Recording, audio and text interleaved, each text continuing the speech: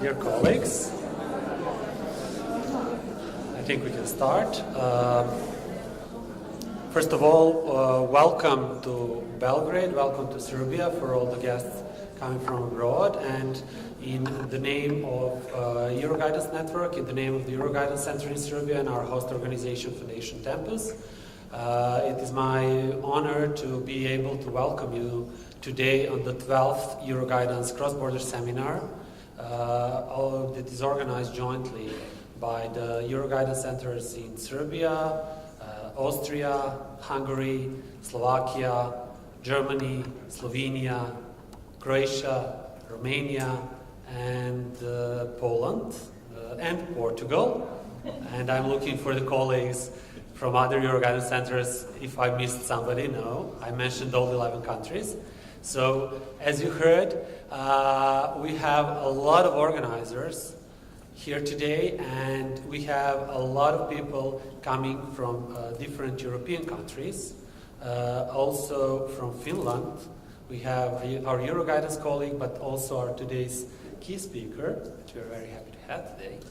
And we would like to welcome you to the cross-border that is titled Guidance 4.0 Innovative Practices for New Skills.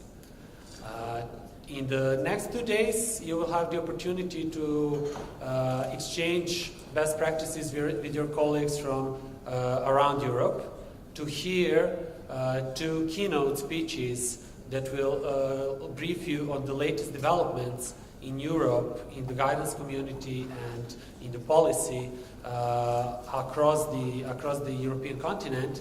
And you will also, I hope, have a great time with colleagues from other countries and maybe create some of the partnerships for future projects and for future cooperation.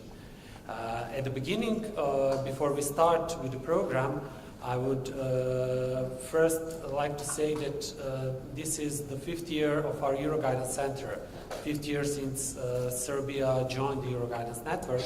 And we are also very happy to have you all here on the 5th year, but we are part of a bigger organization which exists for 15 years, and I would now like to invite my dear colleague Sofija Dukić, who is the Deputy Director of Foundation Tempus, to officially open this cross-border and to say a couple of words to you.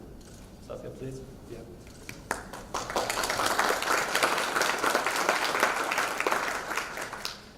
Thank you, Marko. Good morning, everyone, once again. I'm the one to deliver the welcome once again before I leave you to your professional workshops and interesting program that you have for the coming 2 days. The year 2017 is very important for our organization, the organization hosting Euroguidance Center for Serbia, for many reasons, because we have small anniversaries. It's already 15 years since we were established, and 15 years since Serbia actually joined in different ways, slowly but surely, different parts of education cooperation programs of the European Union and Europe in general. I will just remind you shortly that during this year we also implemented the first call for proposals, national call for projects supporting mainly mobility in the field of education and youth. This is the year in which we finally joined a PALE network supporting practitioners in the field of adult education. This is the year, at the beginning of this year, we also finally got Europass.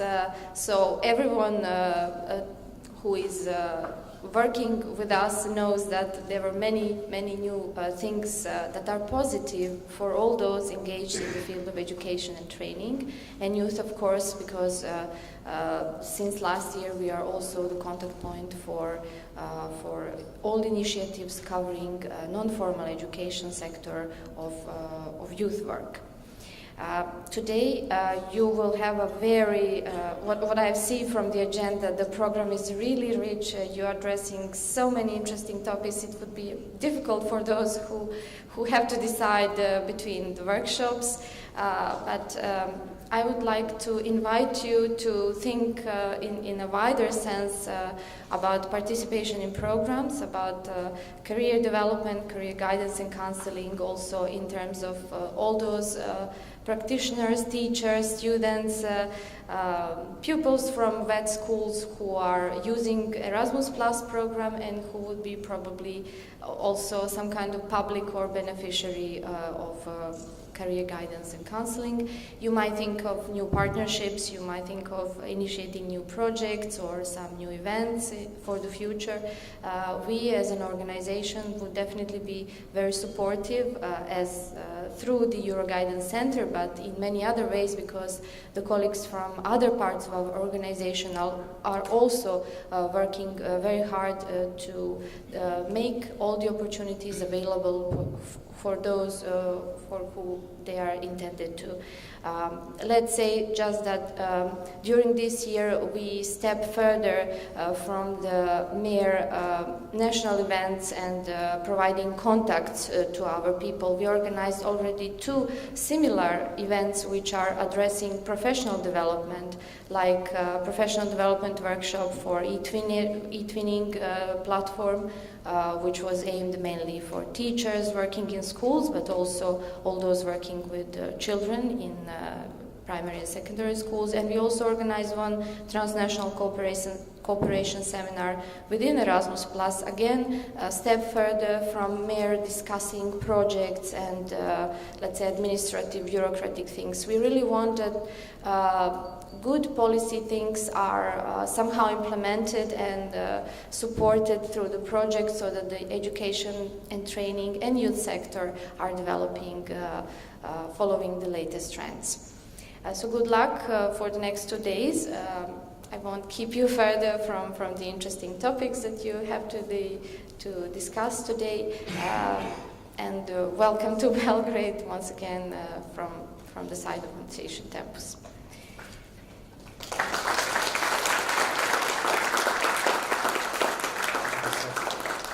Thank you, Sofia. And now a couple of words about the program. As you know, 11 countries are jointly organizing this cross-border seminar, and we have 15 workshops in total over these 2 days. And all of you were asked to choose which workshops you will participate in. So each of you, with your name tag, on the back of your name tag, you have a personalized agendas for the coming 2 days. So these are the workshops you have chosen. So there will be 4 workshops you will participate in, but before the workshops, at the beginning of the program, we have a real treat for you. Jaana Kettunen, the researcher from the University of Jyväskylä, from the Finnish Institute for Educational Research, will give us a keynote, and she will give us an introduction into the topic and the use of ICT in career guidance all over Europe. Jaana has been very busy lately with her PhD and with the European Guidance Week that was held last week in Tallinn. So we are once again really grateful for having you here. We're really happy that you were able to give this keynote to our colleagues, and I would like to kindly invite you to give us your presentation.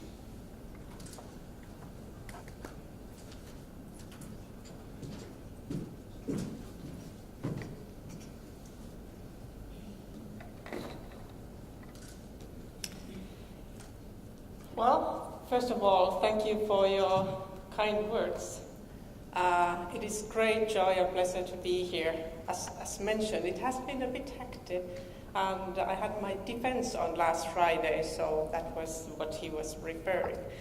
But first of all, I want to wish a very good morning to each and all of you, and it is great pleasure to share some of the thoughts on this very current topic, focusing on Guidance 4.0 and the role of ICT in guidance and new innovative approaches in guidance in Europe.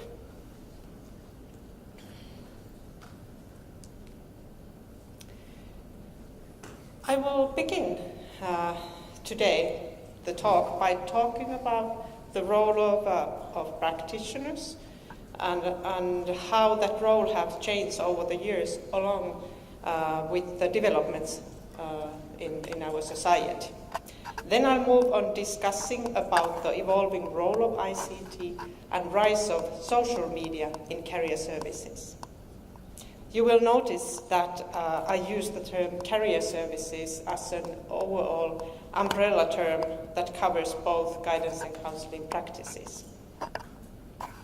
Thirdly, I will share some results of the study that has looked career practitioners' experiences of ICT and social media today. And we'll also talk about the skills and competencies that the use of new technologies in our practices require.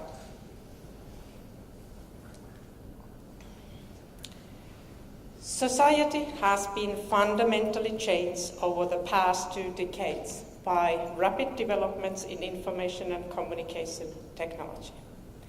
Most notably, we have seen a significant increase in the use of mobile technologies and social media. It has transformed the internet into an interactive environment offering numerous opportunities for communication, collaboration, and knowledge sharing. Whether updating one's Facebook status, tweeting the latest news, or joining professional community in LinkedIn, social media has become central to our everyday lives, both for leisure and businesses. These technological advances change how individuals explore and acquire information about education, training, and work opportunities. There is a pressing need to align new technologies more closely with guidance and counseling services and associated professional practices. New technologies and social media offer significant opportunities for guidance and counseling services, but they also create demand for a new competency among practitioners.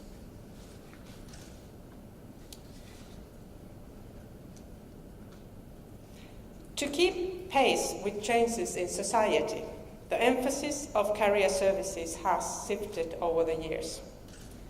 This has meant continual expansion on the career practitioner's role.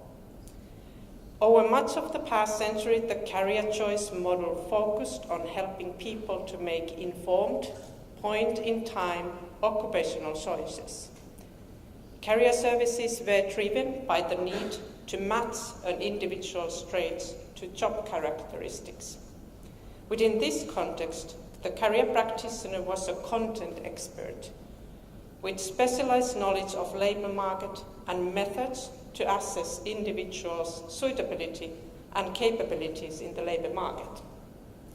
This model assumed that the individual's abilities and interests could be identified and matched with relevant occupations. In the latter half of the 20th century, career choice came to be seen as part of a larger development process rather than as a singular matching exercise. The emphasis shifted from a choice of occupation as a single point-in-time event to a longitudinal expression of career behaviors that included to career decision-making. In other words, the emphasis shifted from vocational development to career development. Here, the practitioner became more of a guide than an expert. The concept of career development expanded from career content to career-related processes. Beyond an understanding of the labor market, the practitioner needed to possess specialized knowledge about the processes of career development and career decision-making. As a result, the practitioners moved beyond guiding individual career choices. They now facilitated the individual's career development, including acquisition and application of career management skills.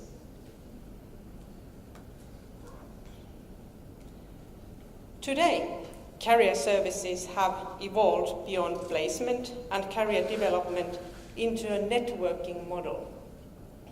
This model prepares individuals for employment by focusing on developing networking skills, building relationship with stakeholders, and establishing communities that will serve the individual's career and professional needs throughout their lifetime. Within this model, the practitioner's role has expanded to include expertise in managing various social spaces. New information and communication technologies have accelerated this process. The continuous development of recruiting software and social media has redefined how individuals make sense of their experiences and connect with employers and professional communities. In this context, practitioners have evolved into content experts and network catalysts who participate in a variety of communities and develop meaningful connection among their constituents. Career practitioners today provide direct services to individual clients seeking educational or vocational opportunities while simultaneously offering consulting services to organizations. They inform policymakers and perform a range of other roles that promote community, capacity building, and individual access to employment. In short, career services have moved or expanded their practice from the private to the public sphere and from individual sessions to collective engagement. And then, what about the role of ICT? How that has evolved? Over the past several decades, the role of ICT in career services has commonly been viewed in three ways.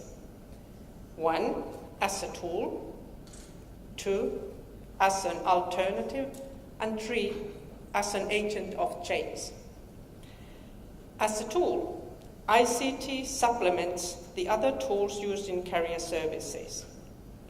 As an alternative, ICT replaces other career services elements. And as an agent of change, ICT fundamentally alters the design of career services. Recently, Watts and Hooley identified three ways in which career practitioners generally use ICT. One, to deliver information.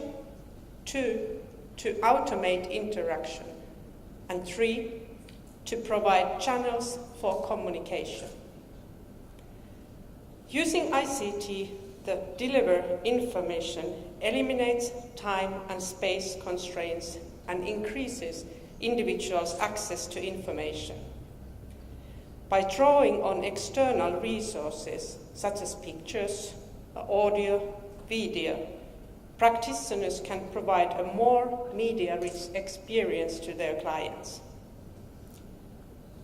ICT can automate interactions for some routine aspects of career services, and by doing so, enables practitioners to spend more time providing personalized support to those individuals in need.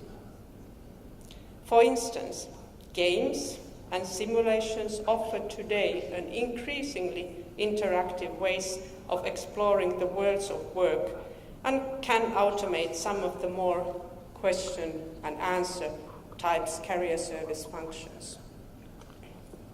Finally, using ICT for channels of communication increases individuals' access to professional support.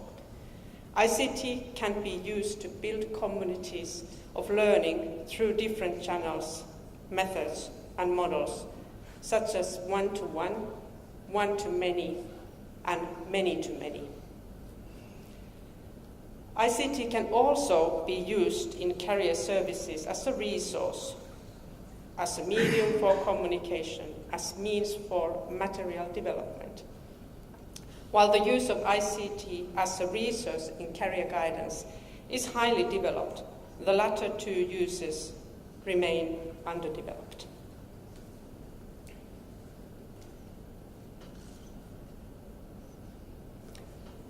We can also consider the expanding role of ICT, especially through its contribution to the guidance process. In this context, Barnes, Lacroix and Watts suggest that ICT could serve for 4 functions. 1, informing, 2, experiencing, 3, constructing, and 4, communicating. Informing refers to helping individuals access and apply career information. For example, using different databases. Experiencing means using ICT to help individuals learn, for example, from virtual online simulations. Constructing refers to helping individuals better understand themselves and their situations. For example, by using e-portfolios or online assessment tests.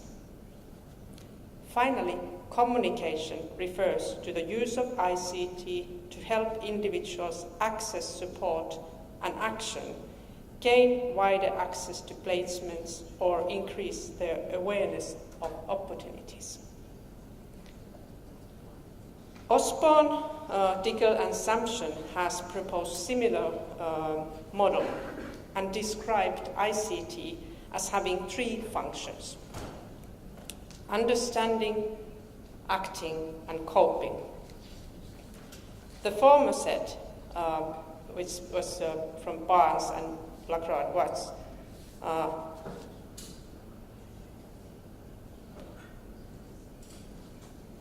informing, experiencing, constructing, and communicating, refers to processes, while this latter set, understanding, acting, and coping, refers more to direct outcomes.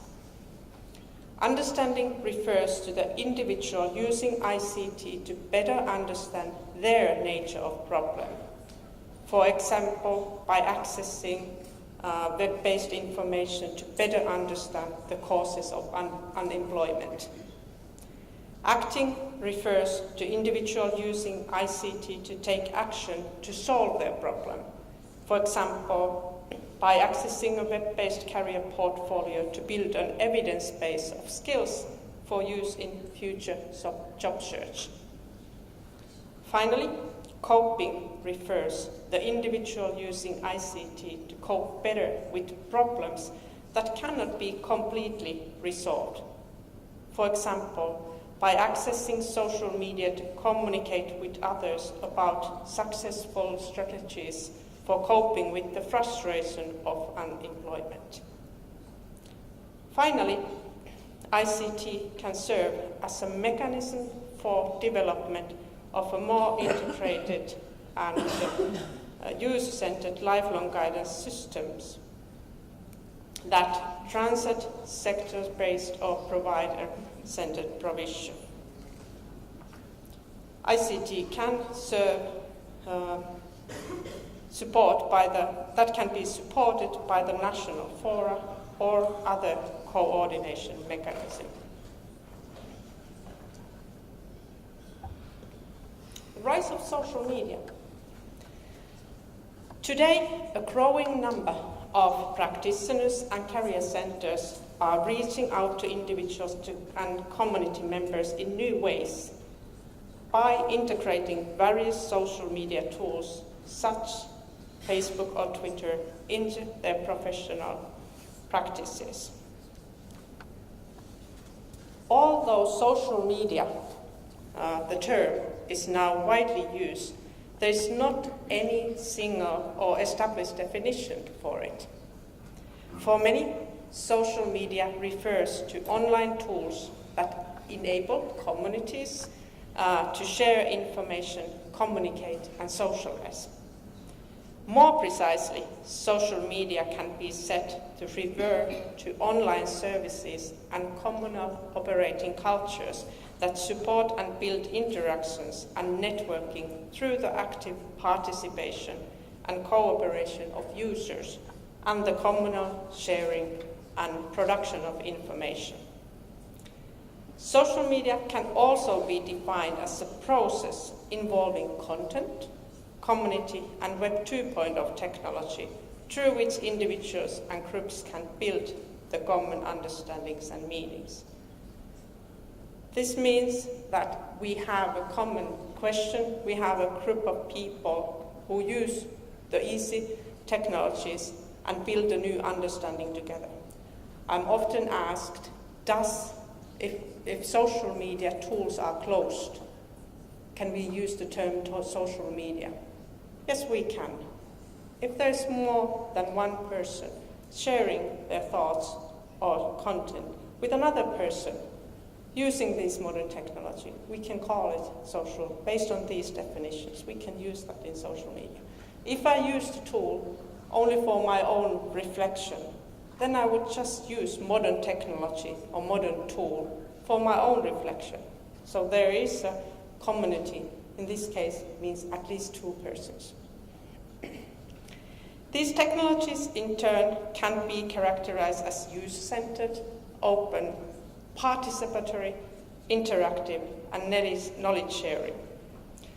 So by these definitions, social media is primarily seen to refer not a particular set of technologies, but to types of practice in which users may either play active, content producing, or interactive roles, or engaged simply by observers or bystanders.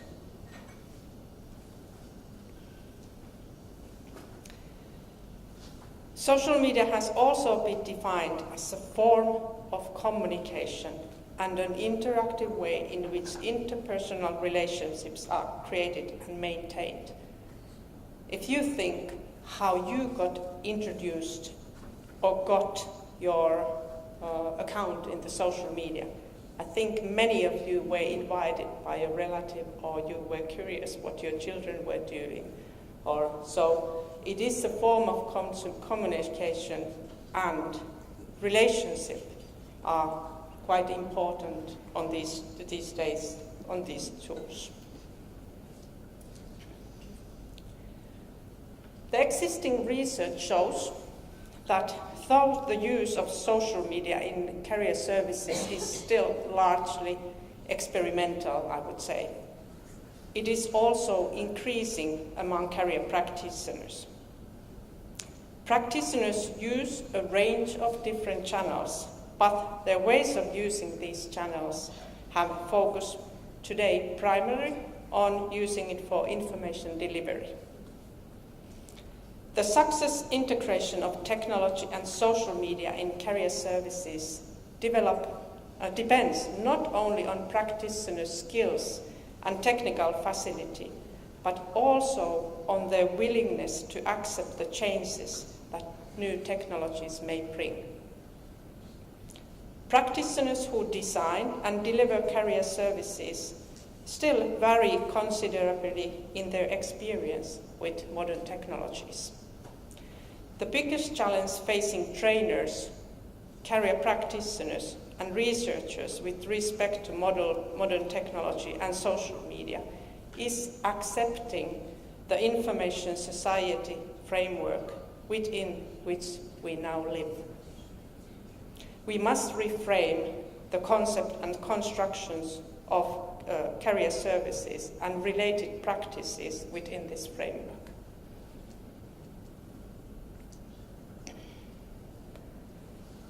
In order to gain a better understanding of the role of ICT and general approaches in modern technologies, I have been studying what are career practitioners' experiences of these technologies and what kind of skills they see important while making use of these technologies. Well, before moving on, question for you. I'd like to see your thoughts about the importance of modern technologies and the use of social media in career counseling. Do you find the use of social media in guidance and counseling today important, somewhat important, or not so important? Well, let's see some hands. Do you find the use of social media important? A, yes. All right, nice number of hands. Somewhat important. And do you conceive that the use of social media in guidance and counseling is not that important? Oh, come on, at least one. All right, so what can we say? We have a room full of people who see that modern technology and the role of it in our practice is important or somewhat important.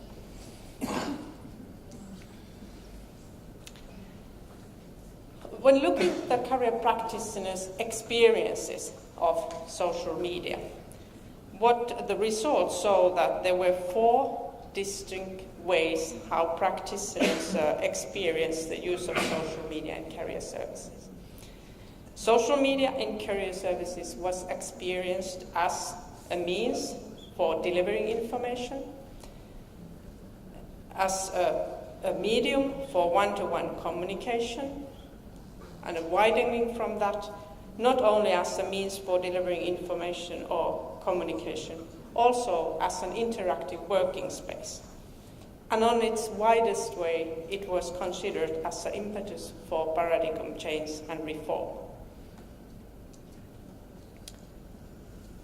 The study showed that practitioners, there were clearly a little differences on these areas in practitioners' experiences. So how did they conceive the role of social media? How did they conceive it function in guidance and counseling? Their attitude, the rationale of social media, intervention paradigm, nature of interaction, and how did they consider their role? We have a closer look of each of these. In first category, where social media is experienced as means for delivering information, you can see that practitioners consider social media as useful tool for delivering information and advice. But they were not convinced of its potential for any other types of guidance intervention. The rationale for using social media in guidance and counseling is visibility. Social media provides an effective way of making information and services more visible to a defined group of people. Furthermore, practitioners believe that social media may serve as a way to lead people to our face-to-face guidance services. A preference for individual face-to-face guidance intervention is evident in this category. The interaction between career practitioner and individual is predominantly described as a one-way activity. The practitioner is regarded as an expert who provides credible messages and information to the person who they serve. In the second category, where practitioners experience social media as medium for one-to-one communication, practitioners consider social media as a viable alternative to traditional face-to-face on-site services and are using it for career service delivery. Although social media is now recognized as a useful communication channel, practitioners are careful in using this media and are using it to communicate in private, closed manner. The rationale for using social media now in career services is accessibility.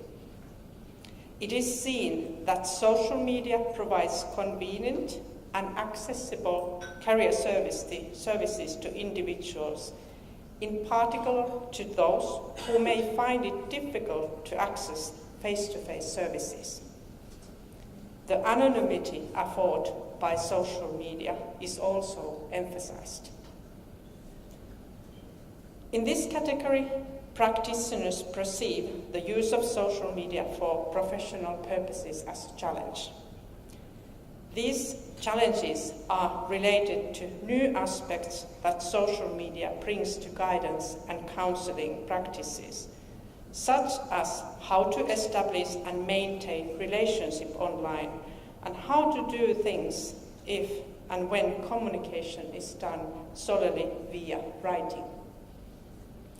Practitioners must adapt to new ways of doing things and integrate these new practitioners with traditional methods. As you can see, a preference for individual career intervention is also revealed in this category, with expansion from previous face-to-face intervention to other methods of individual career interventions.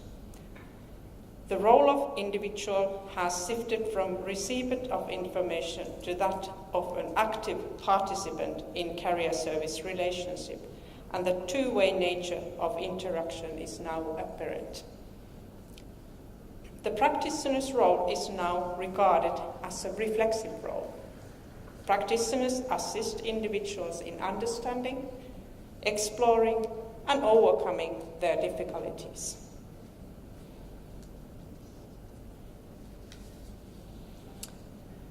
In this third category, social media is experienced as an interacting working space in career services. Practitioners consider social media as a space for career services and utilize it to empower collaborative career exploration among individuals who share a common question or aim. These practitioners are adaptive in using social media and use it in semi-open manner.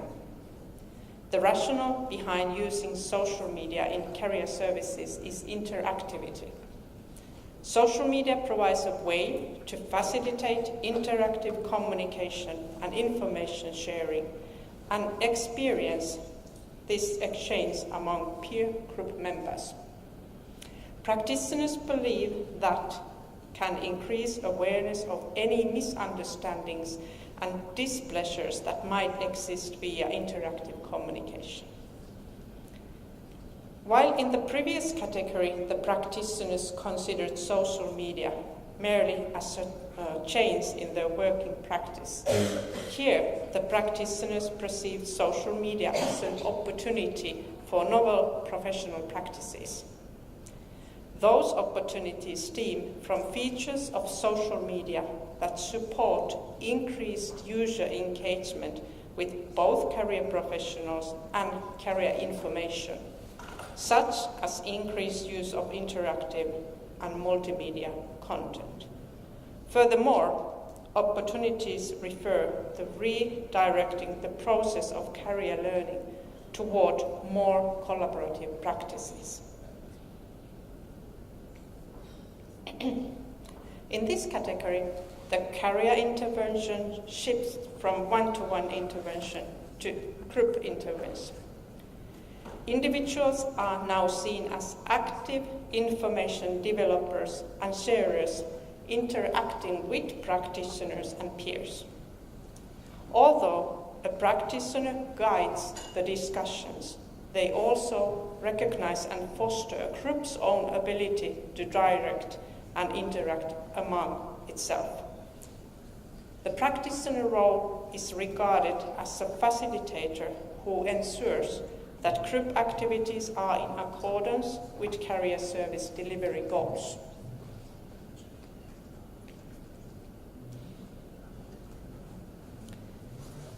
In this fourth category, social media is experienced as an impetus for paradigm change and reform in career services. Practitioners consider social media as participatory social space where shared expertise and meaningful co-construction on career issues, co-careering, takes place with and among community members. Practitioners are proactive in using social media and are forging ahead with this new approach to career services. They experience and use social media through different innovative ways in open manner. For these practitioners, the rationale for using social media is influence. Social media provides a way to enhance the direct and indirect influence of career services by operating as members and facilitators of communities of individuals. By monitoring and participating in social media, career practitioners can more readily take steps to address and respond to career-related issues. Practitioners perceive the use of social media in career services as reform.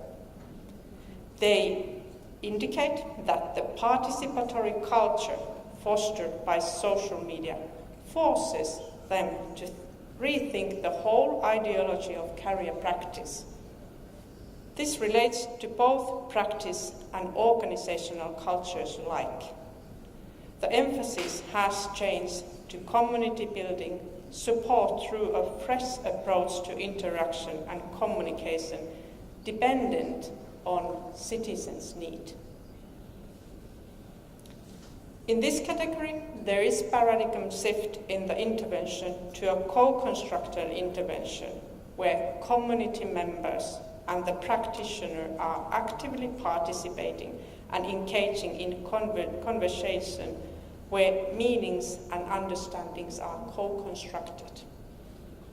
The perspective also shifts from the service deliverer and practitioner to deliver from the user's perspective towards career services that enable delivery as an on-demand service.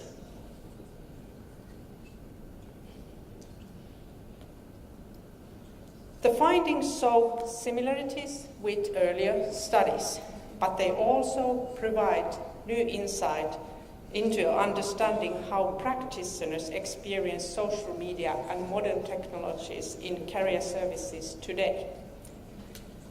The current findings indicate that ways of experiencing social media are somewhat interrelated with models of career intervention. Ways of experiencing social media solely as a tool for delivering information and services seems to be closely linked to a strong preference for individual, face-to-face or one-to-one career intervention. A similar relationship seems to be between ways of experiencing social media as an integral part of career services and more collaborative model of career intervention with impotence for paradigm change and reform.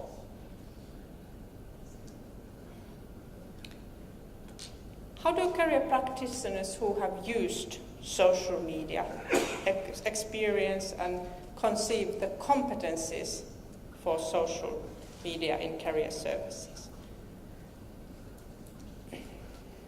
The analysis of practitioners' responses revealed 4 distinct categories that reflected practitioners' conceptions of competency for social media.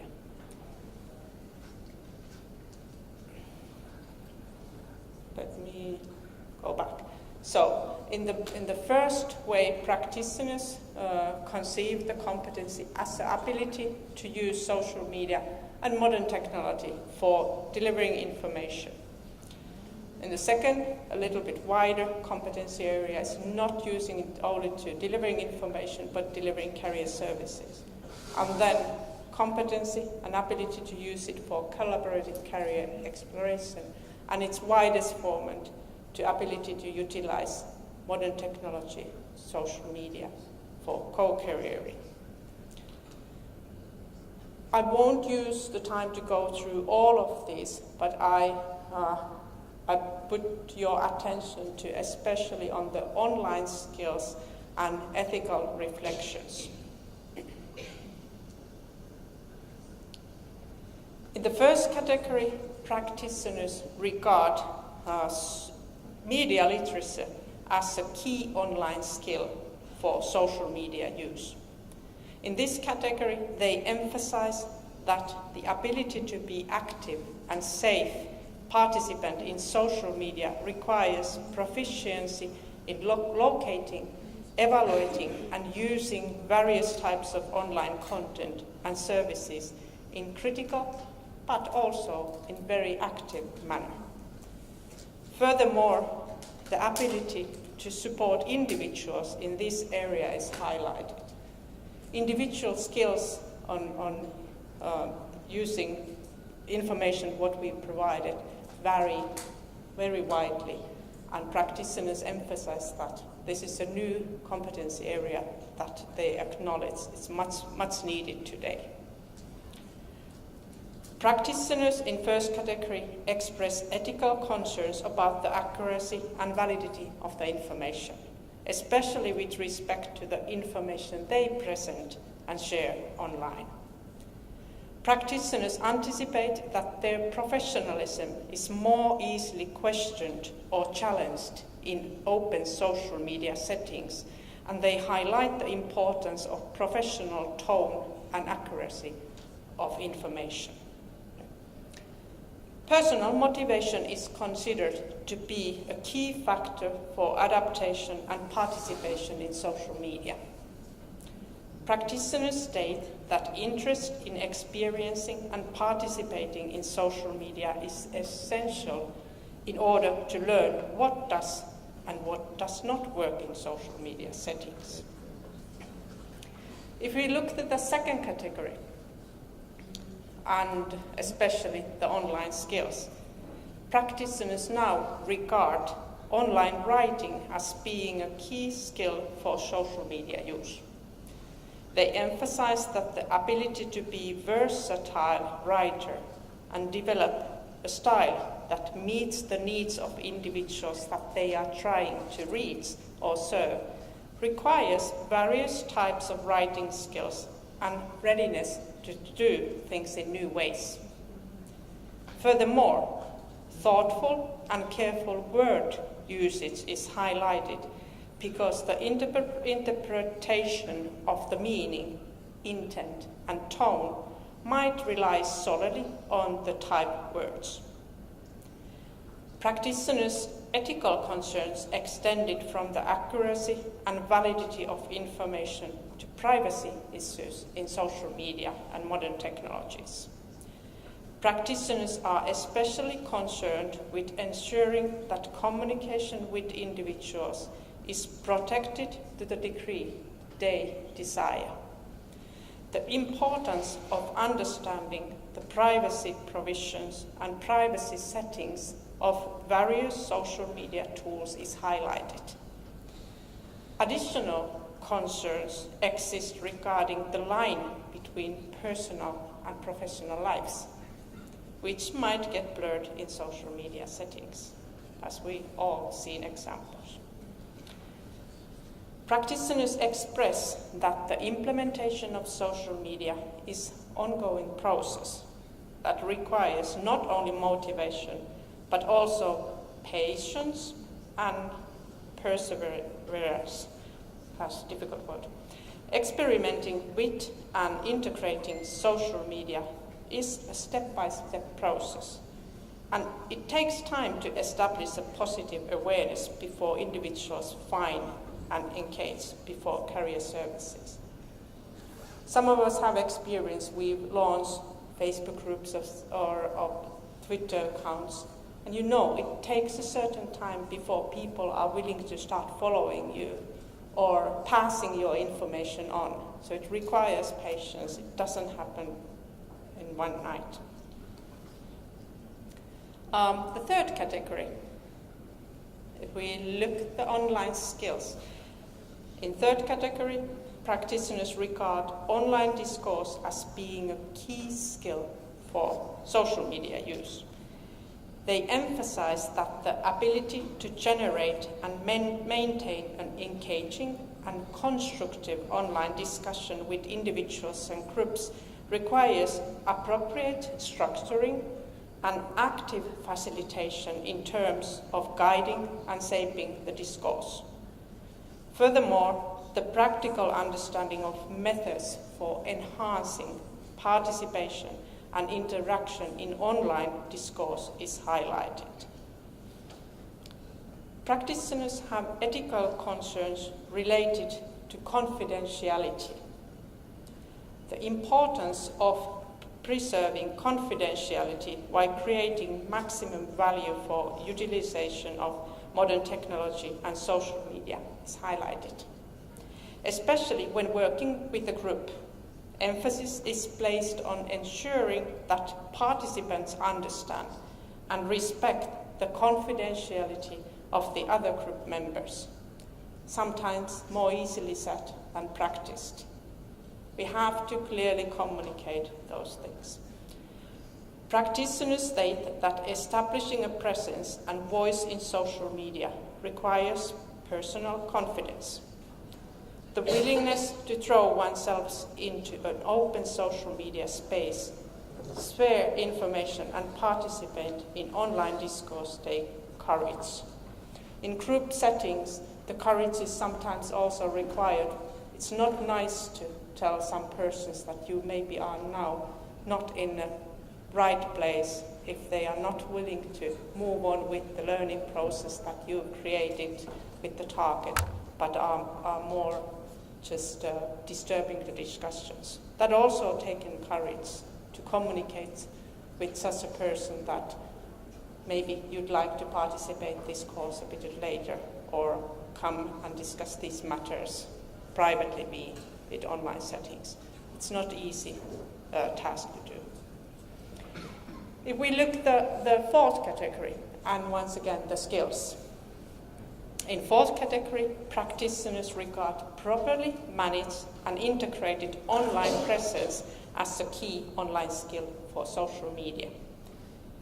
They emphasize that the ability to project oneself as reliable and real in communities where shared expertise and meaningful co-construction regarding career issues are present requires a cognizant, properly managed and monitored online presence.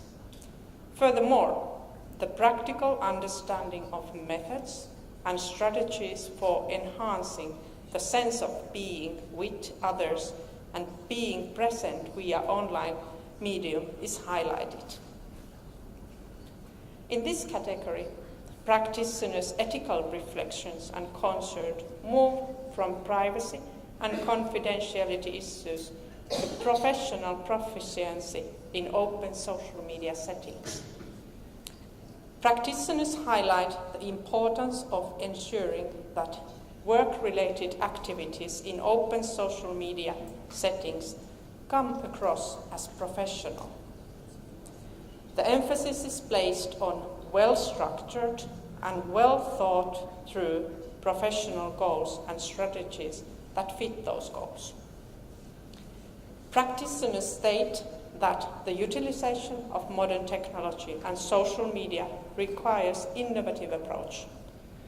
Due to the collaborative and social nature of social media, practitioners must reframe their current practice and both invent and design new ways of doing things, since we still do not have so many experiences of this.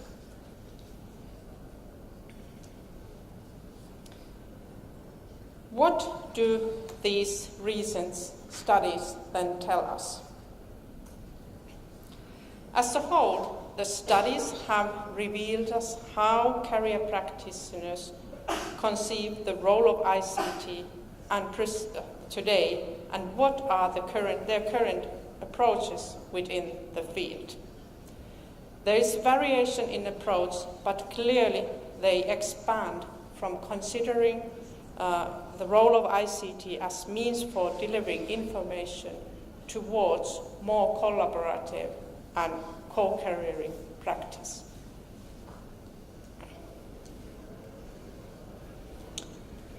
Together, these results offer a picture of 5 general approaches. These encompass a passive approach, an information approach, a communication approach, a collaborative career exploration approach, and co-careering approach with relation to using modern technologies and ICT in guidance and counseling. First, we still have practitioners who have passive approach to modern technologies. There, this approach links their conceptions that modern technologies and social media is unnecessary in their practice, and it's perceived unimportant or irrelevant to career services. This as a passive approach and the associated negative conceptions of modern technology and social media were closely linked to the preference for face-to-face approach in career practice. The second, the information approach, links the questionable need for social media to value of seeing as a means of delivering information, requiring the ability to use it in this way. Here, technology is perceived as an effective means of delivering and disseminating information quickly, enabling practitioners to reach a large number of people at the same time. This perspective linked the competency, the ability to use technology for delivering information, to an operational understanding of technological tools and their use to meet the information need of different audiences. The third approach, communication, links the potential usefulness of ICT and social media in career services to experiencing it as a medium for one-to-one communication, requiring the ability to use it to deliver career services.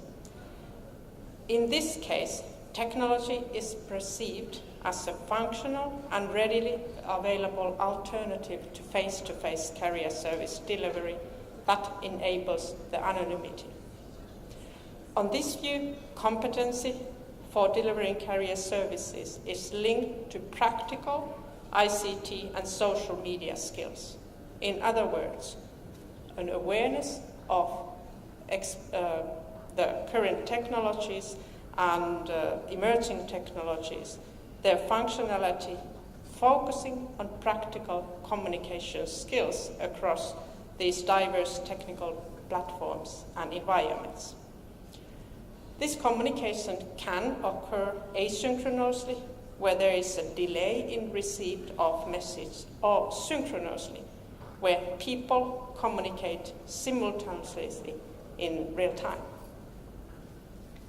Fourth, the collaborative career exploration approach links career practitioners' conceptions of ICT and social media as desirable to experiencing it as an interactive workspace, requiring the ability to utilize it for collaborative career exploration. Here, there is a greater emphasis on a more open professional model and a shift of locus of control from expert knowledge to a blend of expert and user-constructed knowledge. This approach links the ability to utilize technology for collaborative career learning and pedagogical affordance of modern technology. In other words, the methods, techniques, and activities that foster collaborative processes in career learning among peer group members. And the fifth, the co-careering approach that links career practitioners' conceptions of modern technology and social media as desirable with an impetus for paradigm change, and reform, requiring the ability to utilize it for co-careering. The concept of co-careering refers to the shared expertise and meaningful co-construction on career issues among community members, among individuals who are talking, reflecting career-related issues in open social media settings.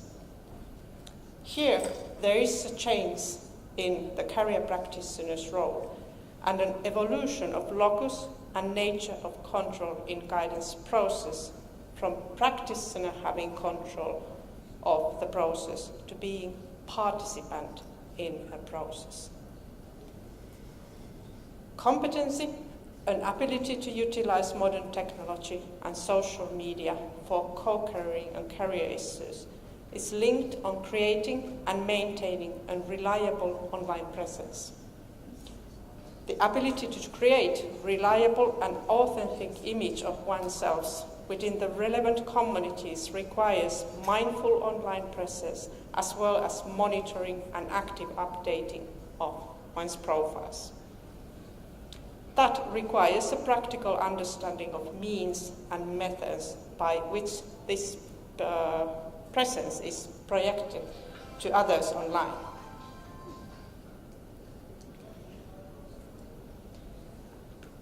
For career practitioners to be successful in integrating new approaches, they have to become aware of their own conceptions of practices, and those conceptions and practices, how do they vary from the others? This can help to bring into view those aspects and competency for social media and modern technologies that they previously avoided or failed to notice in their practice. Trainers must be able to provide learning experiences that help practitioners to extend both their practical and conceptual understanding. That means exposing practitioners to situations that will heighten their awareness of how they currently experience modern technology and social media, and how they might move toward a more advanced approach. The skills and competencies in this area are often considered secondary and are therefore poorly developed in training. Therefore, there is an urgent need to update both pre-service and in-service training and support career professionals in their understanding of the various technologies and innovative ways in which these technologies can be incorporated in existing practices. Along with practitioners and trainers, policymakers need to be aware of these diverse understanding in order to support the move from passive and sometimes negative conceptions of modern technology and social media within the profession to more advanced approaches. This is essential policy requirement if career services and related practices are to adjust successfully to the paradigm shift from delivering career services to co-careering that is emerging along with the social media and modern technologies. Policymakers should ensure that sustainable foundation and operational preconditions exist for such development. In conclusion, existing and emerging technologies challenge traditional interaction and relationship between guidance practitioners and individuals. Control today is shifting from expert guidance to a blend of expert and socially constructed knowledge. There is a lot of place for new research also on this area. These technologies can play a significant role in reforming career guidance practice to better reach citizens who need assistance with career exploration and decision making. The challenge for us as a profession Now is to decide how do we best use these technologies. I thank you for your attention.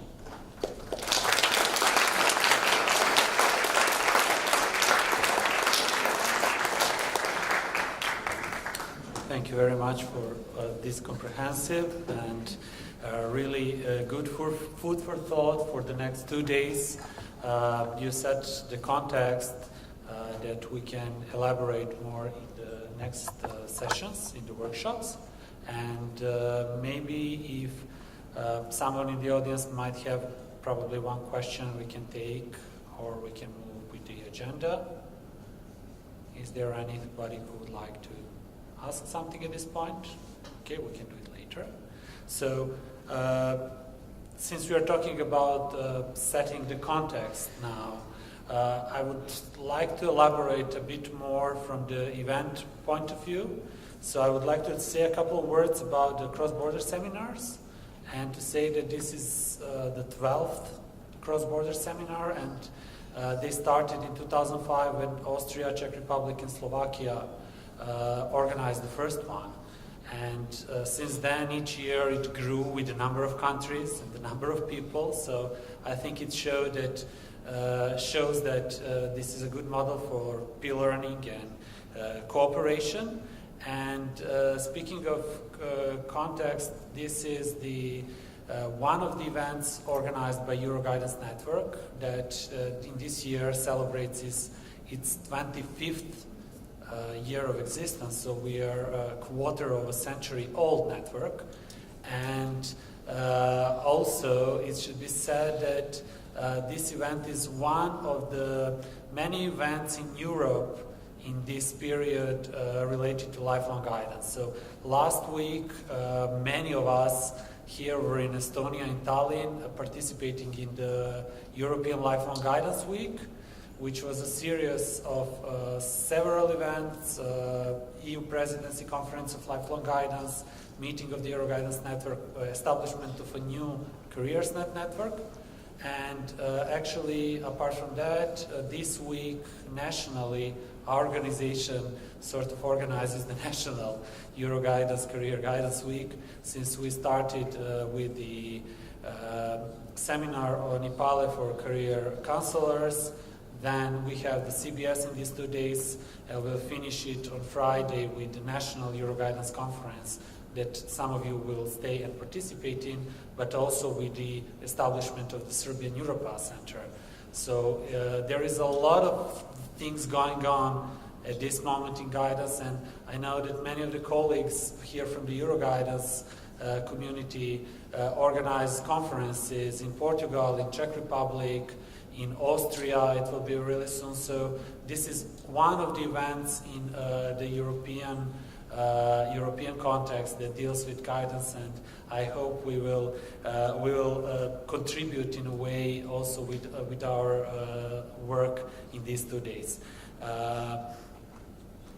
Apart from that, I would like to say that we wanted to have a well-rounded conference. So I once again want to thank Jaana for giving us the opening keynote that was more research-based.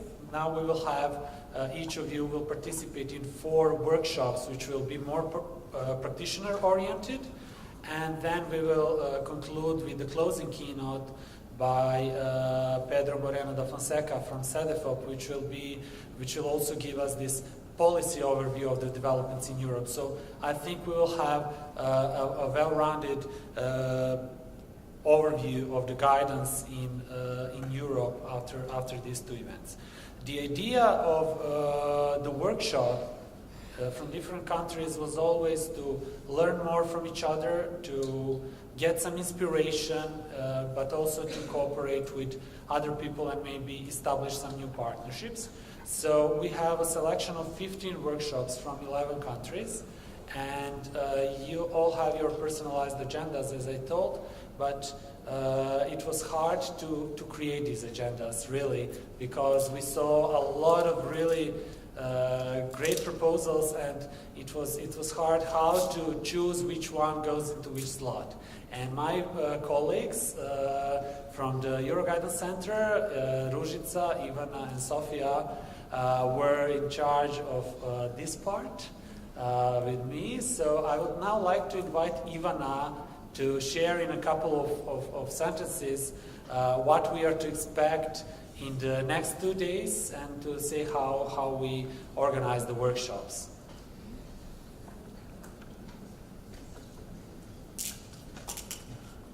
Hello, thank you. Thank you, Marko.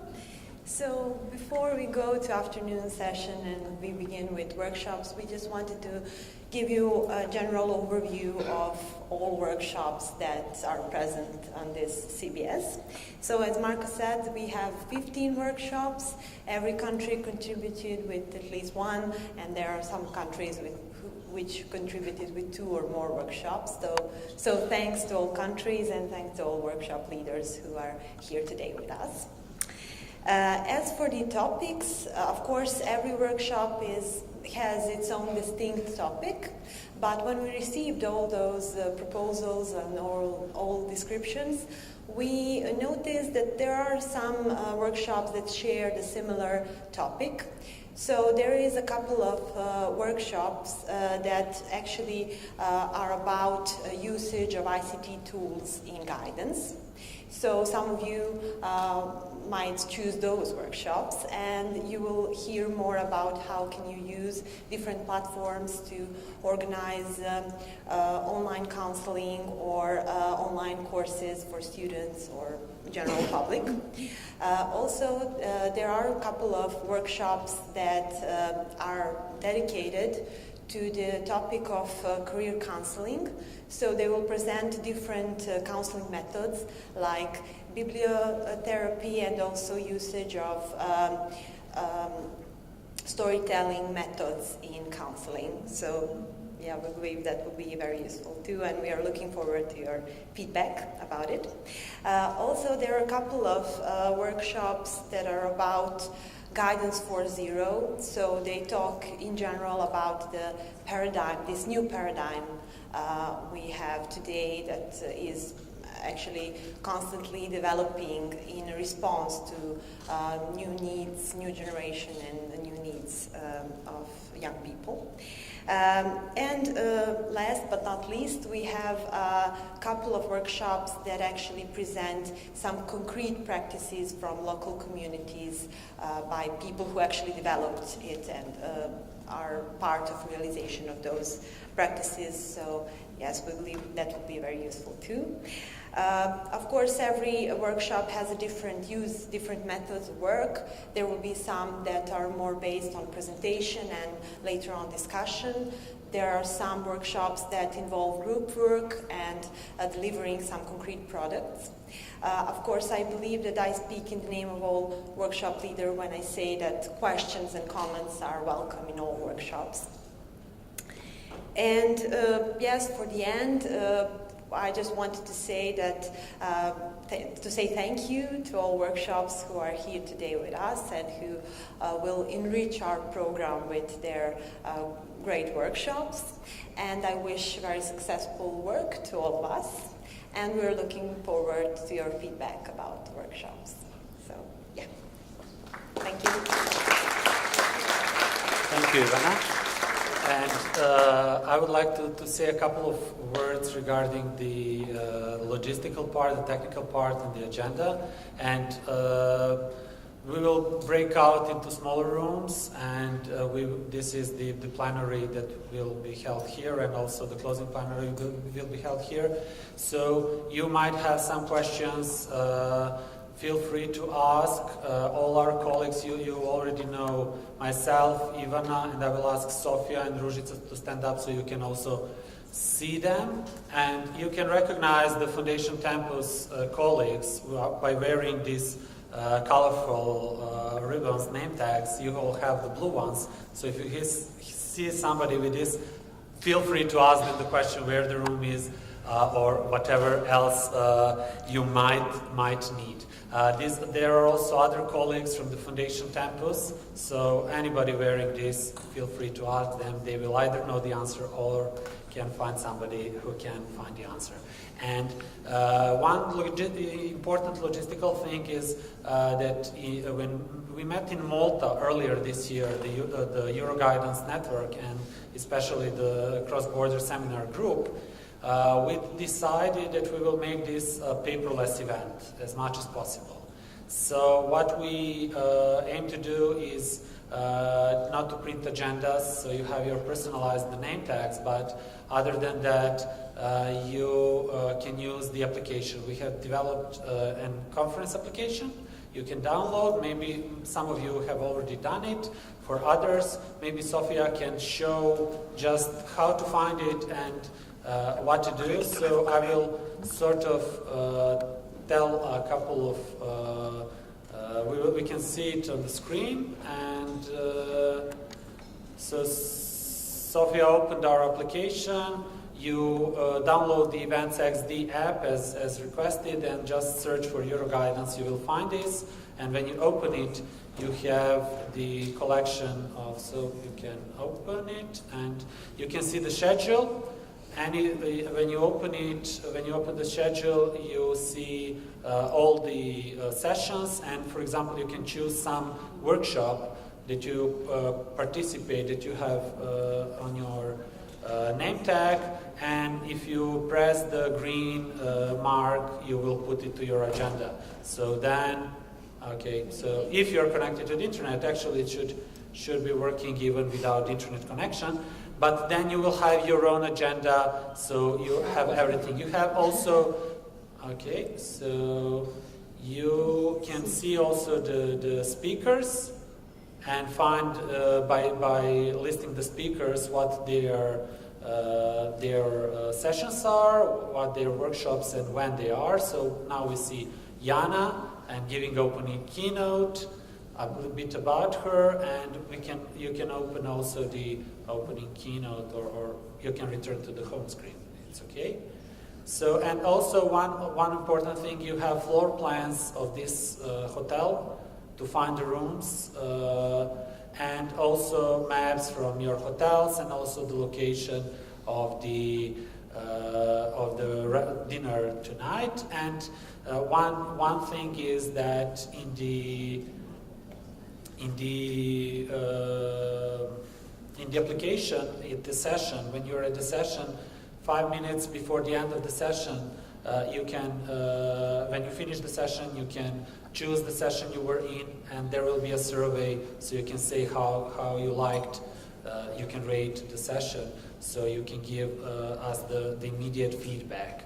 And I think it would be interesting thing to do and to see all of this. So in short, this is it. If you have problems connecting with to the internet in this place, if it asks you to fill some information to access the internet, you can just wait 10 seconds and it should connect you to the internet. That's the hack we learned this morning. So don't tell the guys to the other room, but you can do it. And I think we have covered most of the things in the app. If you need any help to use the app, please ask our colleagues. We will also put the materials later into the app, so you can access the presentations or other materials through the app even after the event is finished. And moreover, we will publish the compendium and the national surveys as an ebook after this event, so it will also be distributed electronically. So we hope you will like this approach. Since we are talking here about the use of ICT in guidance, we could use the ICT at the event ourselves. And finally, you have the agenda. There will be 4 workshop sessions. They will all be in different smaller rooms, and you have the names of the room by each of the session at your name tags. Feel free to, if you can't find the room, ask our colleague. And before we go to the coffee break and maybe let the information we heard about, we can talk about this and network a bit, meet some new people that are coming from different countries. We also thought it would be really nice to have some memory from this event and to organize photo right now. So after we finish, I would kindly ask you to go to Sofia at the back of the room, and there we will stand for a photo, and then we can have some coffee. And I also wanted to say, okay, we made this conference, this event, this seminar paperless, so in case your smartphone's battery goes out, you have the extra one in your bags, so you know you're covered. And now I would like again to thank Jaana and Sofia and Ivana for this session, and let's go to have a break, and we continue at noon at the small rooms that you have your workshops in. So let's have the photo. Thank you very much.